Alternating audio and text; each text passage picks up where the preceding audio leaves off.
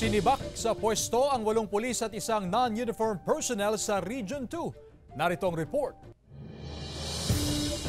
Bilang bahagi ng internal cleansing, 8 pulis at isang non-uniform personnel ang sinibak sa pwesto ng Police Regional Office 2 sa Cagayan. Ayon sa pamunuan ng Pro 2, 7 pulis ang lumabag sa grave misconduct at grave neglect of duty matapos mag-awol.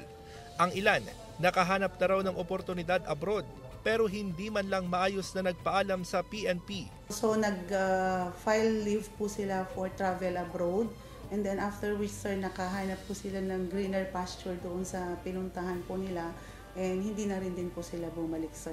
So actually sir, yung awol naman po, binibigyan naman po sila ng notice.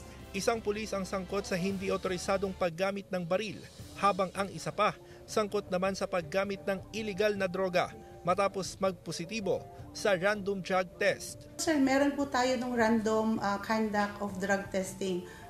Most specifically sir, yung mga assigned sa ating mga drug enforcement units po natin. This is headed by or ginagawa with partnership with our forensic unit.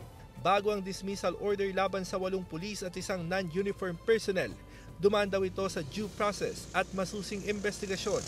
Ayon sa Pro 2, hindi na maaaring makabalik sa hanay ng kapulisan ang mga nasibak na kabaro. Mula sa lalawigan ng Cagayan, kasama si Henry Domencil, Russell Simorio, One North Central Luzon.